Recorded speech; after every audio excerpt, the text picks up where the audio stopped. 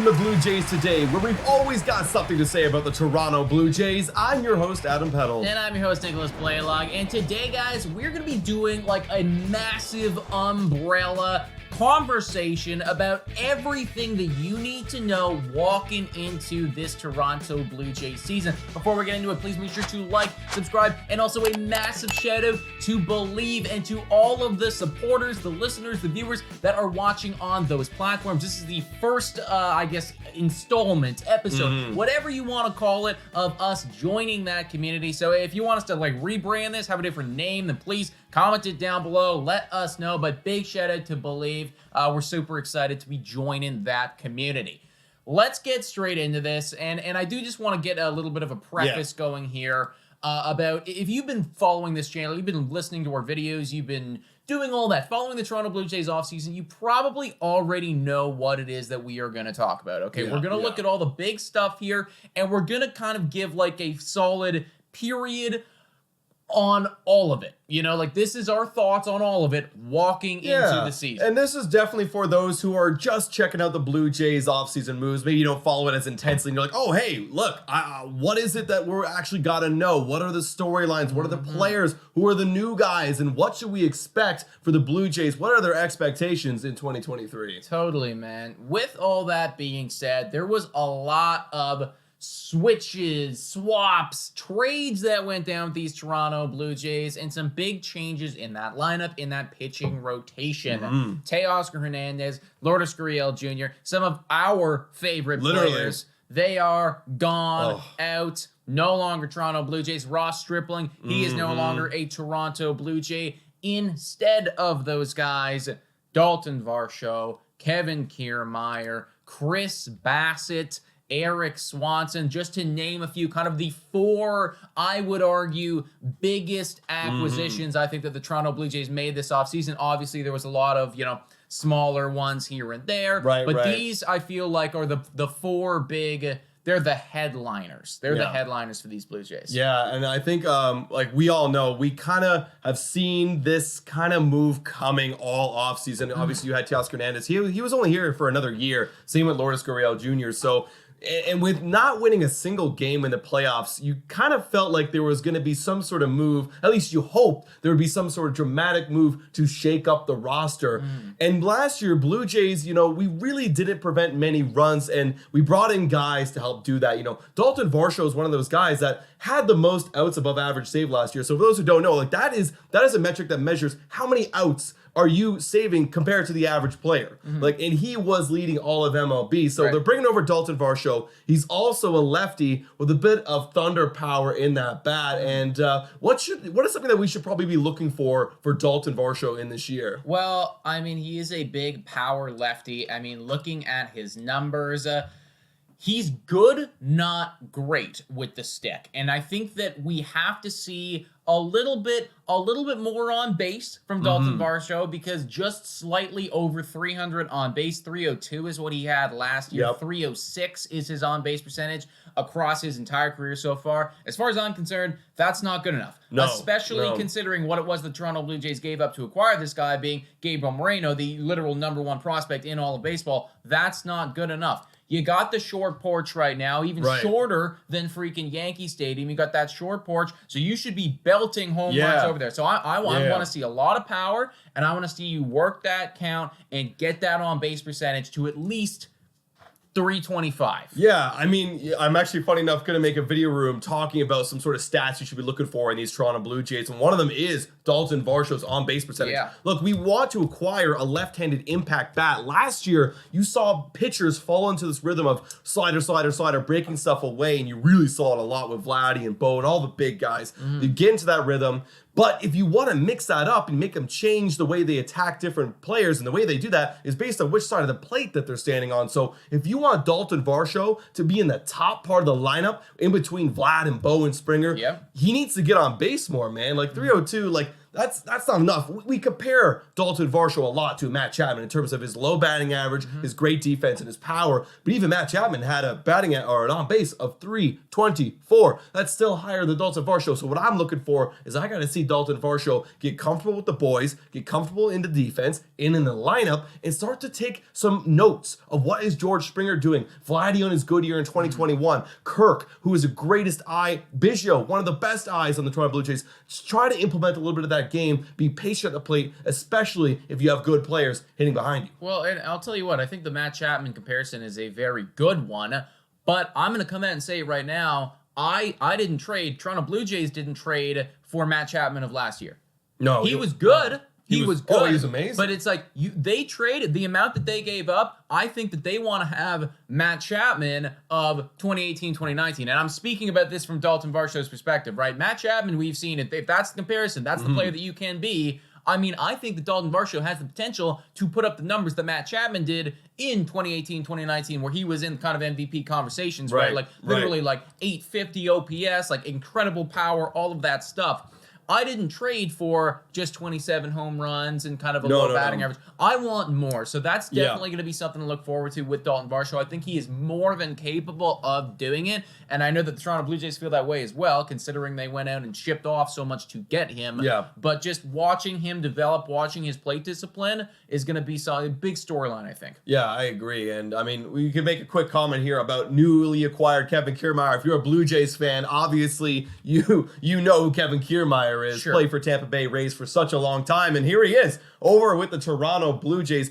Expectations a bit lower for Kevin Kiermaier. Definitely, and I think that the biggest thing to think about when we're thinking about Kiermaier and Varsho coming in instead of Lourdes Gurriel Jr. and Teoscar Hernandez is how much of an impact is this going to have on the entire offense as a whole? Because we keep making the argument, we keep saying, well, Toronto Blue Jays, we've been top 3 in offense for the last 3 seasons now, right? That's incredible. That's great. So we can afford to lose a little bit of our offensive production. Right. And I think that it's very fair to say that Varsho and Kiermaier as a whole are a downgrade from Teoscar Hernandez and Lourdes Gurriel Jr. with the bat. You know, so is Kiermaier's value, is what he brings defensively gonna be enough to supplement the loss in Teoscar Hernandez's bat? You know? And look, I think Kevin Kiermaier is going to be an incredible defensive player, but just like you saw, we're mentioning Matt Chapman. Like, Matt Chapman was coming off a bit of a surgery the year before. So is Kevin Kiermaier. And what did you see out of Matt Chapman? His defensive numbers just dropping just a little bit.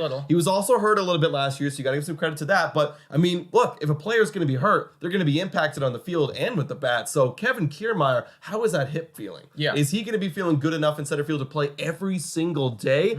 That's something to look forward to, because if not, George Springer, who was a center fielder last year, he's going to have to go back over there in center field and risk injury again. Yeah. So that's something we got to make sure Kevin Kiermaier stays on the field. And I'll be honest, man, like, we can't afford Kevin Kiermaier not being on the field a lot, because this whole offseason, what it has been about is acquiring veteran presences, such as Kevin Kiermaier, such as Chris Bassett, such as Brandon Belt. We don't even have him up here, his numbers-wise. If you're watching this in video format, we don't even have his numbers up here right now. But acquiring veteran presences, and then also preventing runs. Kevin Kiermaier, Dalton Varsho, that's what they bring to the table already, is run prevention. And when you look at guys like Chris Bassett, who's been an incredibly solid pitcher for the last, infinity, it feels like this guy's just always really good at baseball. Oh, yeah. Right? Literally since 2018, he's been remarkable. Exactly. He's always in that conversation of like, hey, you want to have this guy in your rotation. Yeah. And you talk about a guy like Eric Swanson, too, where a massive problem for the Toronto Blue Jays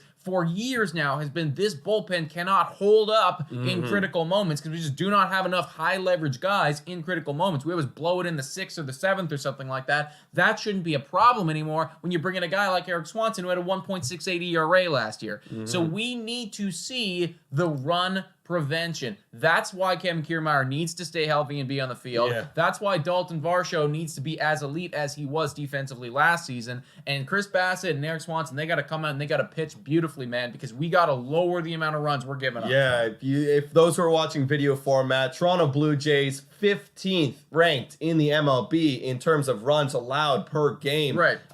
That, for a competitive ball team, is not good enough. Well, think about it. Do the math, right? It's like we've been a top 3 offensive team. Exactly. But we're just mid. We're literally mid when it comes to that. So that's going to make us, we're the 8th best team. Look, for those watching video and for those in audio, listen up. Houston, LA, Yankees, these are the top 3. Then you got Tampa, Mets, Atlanta, Seattle, Cleveland. What do all those 8 have in common? Playoff teams, and made it a heck of a lot farther in some regards than the Toronto Blue Jays. And then it's a huge drop off, and we're in the middle. Yeah. So I do believe that this is the direction that the Blue Jays are heading towards, which is run prevention. However, I want to bring up a guy that we all know and love. We love this guy here on the Toronto Blue Jays and here at Blue Jays Today.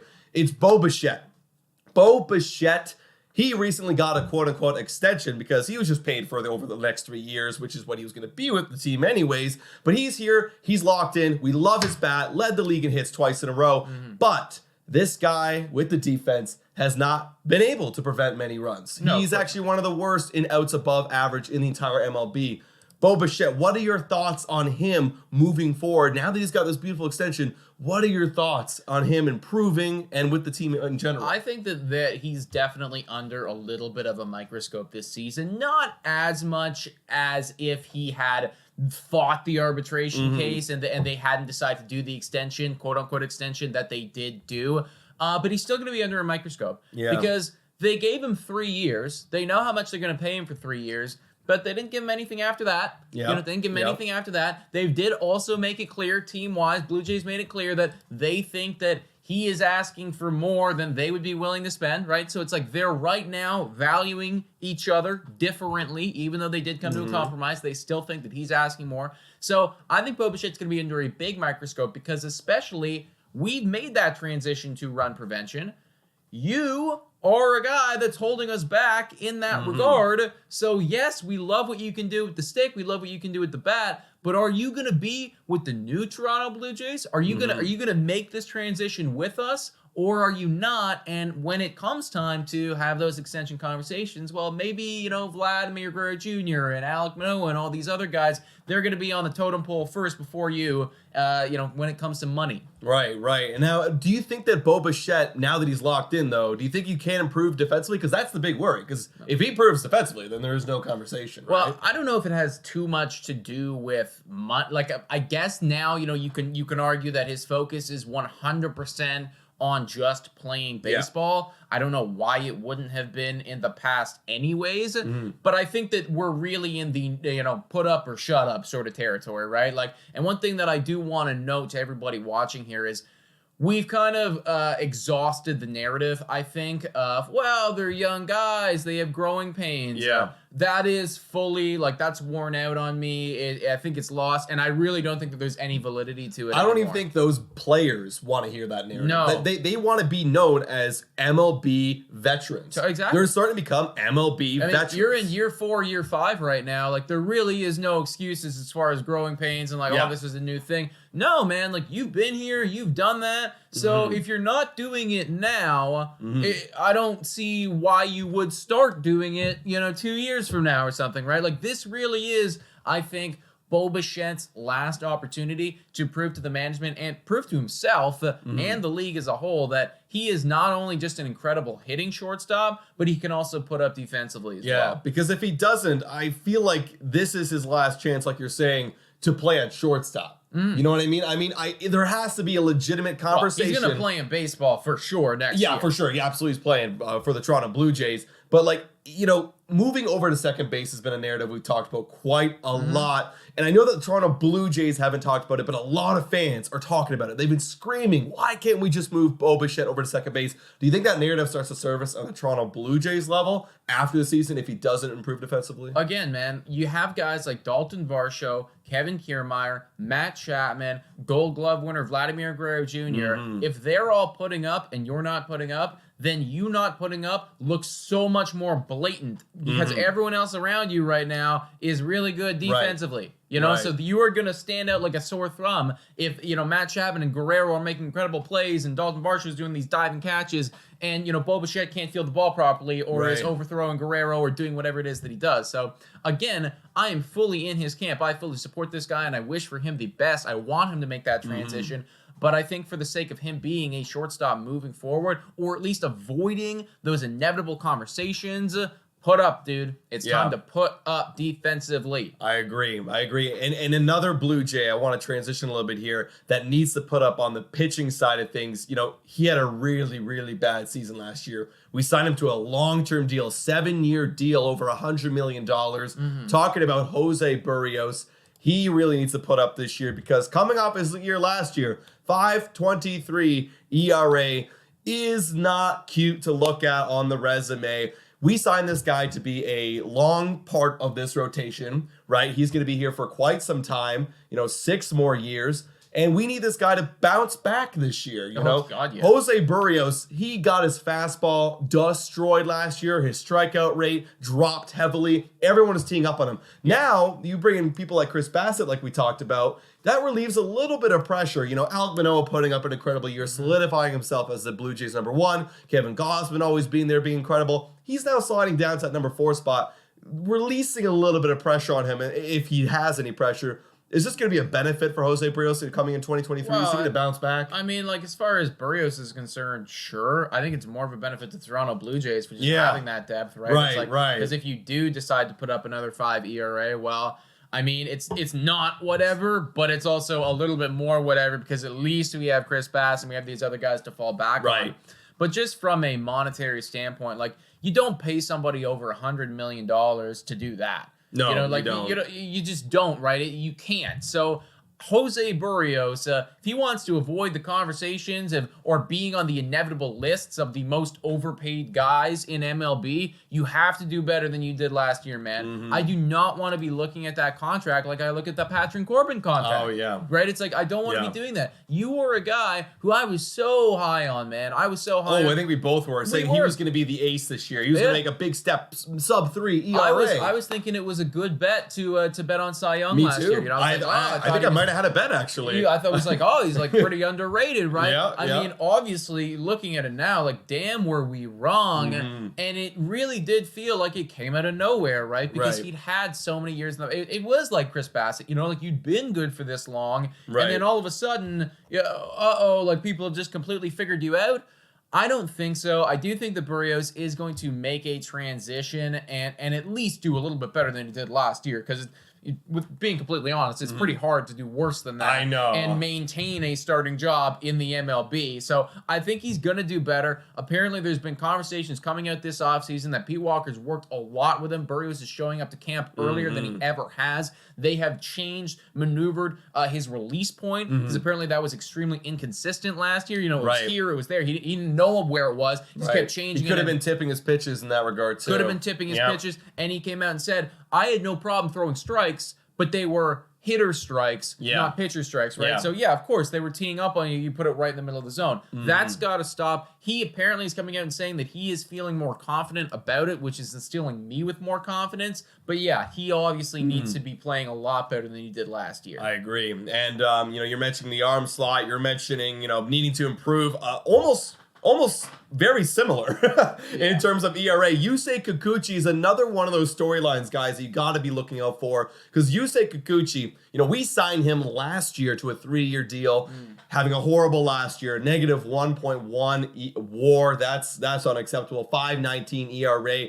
It really felt bad for Yusei Kikuchi. But now you're coming into year 2. He looks like he's guaranteed a spot because Mitch White, another guy who's competing for that 5th spot, he's got a little bit of a shoulder and arm issue. So he's going to be set back a bit in his preparation, his ramping up work. So it seems like Yusei's got the job. But there's also another guy, Ricky Tiedemann. Not to stress the narrative of, this guy's got to improve. Let's put a little bit of pressure on Yusei Kikuchi to be good this year because you've got Ricky Tiedemann in the wings, #1 prospect for the Toronto Blue Jays. A ton of pressure, man. Yeah. Because unlike Jose Burrios' contract marries him with the Blue Jays, right? Even if Burrios sucks this year, sucks. He'll still be in the rotation. I mean, he's still gonna be even if he was so bad that you send him down to AAA, I don't even know if he has that option. But let's just say you do that, you're still gonna try. You'll work with him for next year, right? It's you have to. You're stuck. You're locked in for time now, right?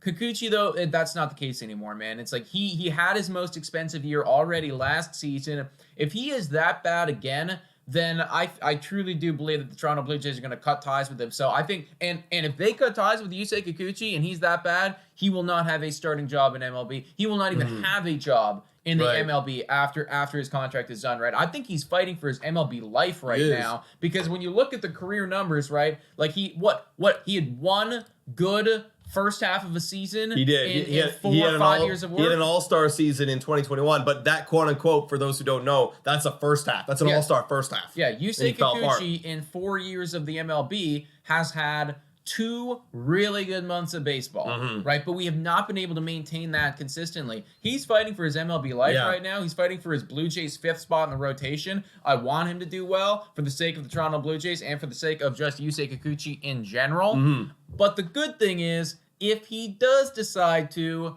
do as bad as he did last year, the Blue Jays do have that guy to fall back on, being Ricky Tiedemann. He's obviously got incredible potential right now. Top, I think, 30 prospect in MLB. So he is a guy that we want to look out for. Yeah, I mean, and even if he doesn't come up this year, because a lot of people think maybe this isn't the year for Ricky Tiedemann, maybe it's next year. I think for sure, if it's not this year, it's definitely 2024. Oh, 1,000%. But here's the thing, too.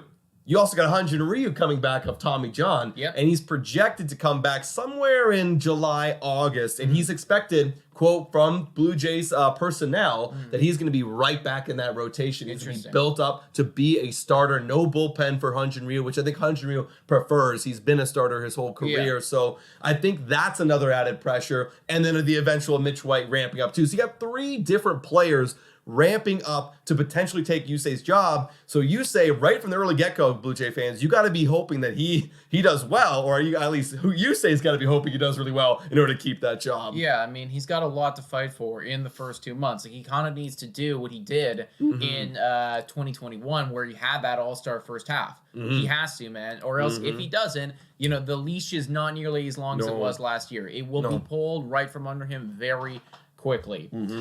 Speaking about guys who this could potentially be their last year with the Toronto Blue Jays, one storyline that you absolutely need to be knowing about here is the Matt Chapman thing. Blue Jays at third base. We don't have a lot of depth going on there, guys. There's Matt Chapman, there's Espinal who can do it, and then it's really nothing. And this is Matt Chapman's last year on his contract. We signed him to 2 years. This is it, man. This is going to be a free agent, and if he puts up, he might want to go test those free agent waters. Now, he has come out very recently and said that he likes Toronto. Yeah. He thinks that the management likes him as well, which I think is absolutely true. By the way that not? Ross and Mark talk about him, they always talk about him in a positive light, and he's a great player. So there is going to be those extension talks happening throughout the entire season, but his future with the Blue Jays is going to be major, because if that extension is not signed, if a deal is not come to by, whatever the date may be, we're going to need to do something big in free agency next year, or make a trade or something like that, man. Because if we don't have Matt Chapman on this team, I don't know what we're doing anymore. Look, it definitely changes the look of the infield for sure. Being a cornerstone of a very important piece in the infield is third base, man. You got to have a lockdown third baseman. So in terms of looking at what we're seeing from Matt Chapman, I mean, he's going to want to put up numbers because he's got that contract potentially coming up next year, a big one. He's going to want to put up numbers to get that contract. So, for the Blue Jays, you want them to put up numbers, but you also don't want them to put up too many numbers because it's gonna cost too much. Now, however, I was reading an article, just to speak on that. I was reading an article about that, and Blue Jays had come out and said, it's hey man, if he puts up a great year where it's we are not able to sign him back, that just is what it is. We want him to have the best year possible, and I think that they recognize right now that if Matt Chapman goes back to, I was speaking about it earlier today, but goes back to his 2018, 2019 form, I just do not see a reality where we're going to be able to fit the bill for Matt Chapman. In those years, by the way, guys, we have it up here right now, but he was hitting 36 home runs in 2019, had just an incredible slugging, incredible OPS, and obviously the defense was there as well. If he has a Gold Glove season with offensive numbers like that, I don't think he's going to be a Toronto Blue Jay come 2024. Yeah. It's just it's going to be way too much money. However, I still want it to happen because a year like that, coming out of our 5th or 6th hole in the lineup, that's playoff projection right there. And I want to finish one of my thoughts just based off that was look, if Blue Jays, they don't want them to have that kind of year, but because it's going to cost so much. But if that year generates a World Series run, I'll take it. Absolutely. If we can make it to the World Series and we lose Matt Chapman, I'm not going to say we're going to win the World Series because that's a big. We're shooting for a lot for a team that's never won a playoff game. That's shooting for a lot, but I'll take a year out of Matt Chapman. I'll take a great year. Of course, man. Like, give me a Marcus Semien season. Give me a Marcus Semien season, man. And he is going to be motivated, obviously, because the big payday is coming, and Matt Chapman is well deserving of one. I agree. Blue Jays, if they want to make it to the World Series, if they want to make it deep, if they want to even make the playoffs, for God's sakes, they have a big obstacle in their way. That's the New York Yankees. Now, I'm coming out and saying it's a big obstacle. That is not what some Blue Jays players say. Vladimir Guerrero Jr. came out earlier this offseason and said that they're the easiest opponent to face. Now, I think that there was a little tongue-in-cheek right there. I don't think that he actually feels that way because we literally had a negative record against New York last year. And let's face it, they were just an overall better team than us in all capacities last year. Right. And probably will be this year too. Yeah. But the rivalry that is going to be had between this New York team, between this Toronto Blue Jays team, the beef that's gone back and forth. Alek Manoah has taken shots at Garrett Cole. Garrett Cole has taken shots at Alek Manoah. Vladimir Guerrero Jr. has obviously taken some shots at them. Yankee fans in general have taken some shots at the Toronto Blue Jays players. I saw Toronto Blue Jays taking some horrible shots, actually, at the New York Yankees on Twitter. I don't want to get into what they were doing, but it was very cancelable material going on by Toronto Blue Jays fans.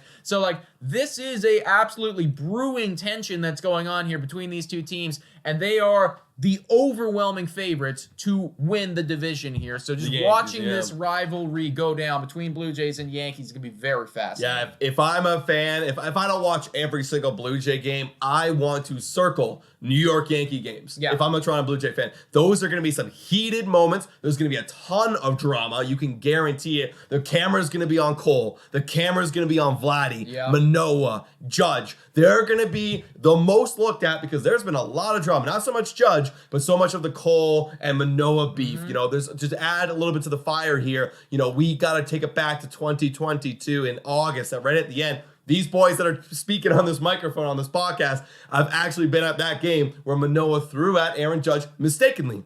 Sinker ran a bit inside, but Cole came out and was barking at Manoah. And Manoah came out and said, if he wants to do something, Garrett Cole, he's got to get past the audio sound next time. And also, Manoah in the offseason called Cole the biggest cheater in MLB in baseball history. So that's also we're absolutely not innocent here 100%. The boys are shooting their shots. They're shooting shots. I think it's all in it's good competition. Yeah. And that's what this whole rivalry is based upon, right? Because it wouldn't be fun if this was, freaking, I don't even know, the LA Dodgers and the Colorado Rockies, right? That's not even anything. That's nothing. We are the favorites right now, us and the Yankees, to win this division. And I think a lot of people have us pegged right now to be within a few games, right? If this thing is coming down to the wire come September, holy crap, man, those late series that we're going to have are going to be absolutely massive, dude. So just that as a whole, those games are going to be incredible. They're almost going to be as incredible as the playoff games if Toronto is lucky enough to make it.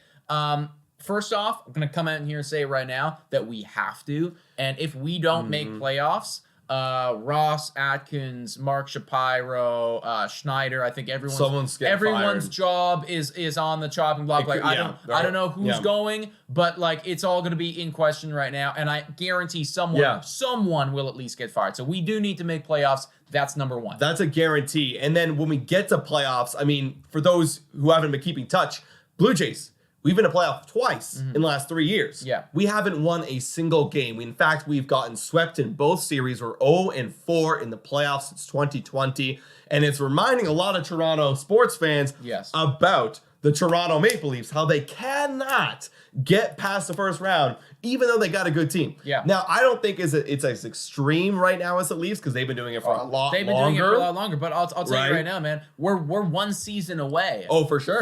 From being neck and neck with those Toronto Maple Leafs, man. Because we do not have any excuses at this time. If we make playoffs, we should have won a game last year. Yeah. We should have won a game last year. But if we make playoffs again and don't win a single goddamn that's even game, worse. Let alone the series. That's even worse than the Toronto Maple Leafs. Exactly, right? Horrible. Right now, the Toronto Blue Jays, sure, you can do all of this offseason juggling and swapping and shifting and moving pieces around. You can say what you will to the media. You can come out, you can talk all this talk. But if you make it to postseason again and you fall flat on your face like you have done in the last 3 seasons, like what's even the point? What's even the point? You know? I mean, that's what Toronto Maple Leafs fans have been saying for quite some time, and we are seeing the beginning of a potential, hopefully not, Toronto Blue Jays era of that. So they need to win a series for sure. That's the expectation this season. If I'm a Toronto Blue Jay fan, if I do not see a playoff series win,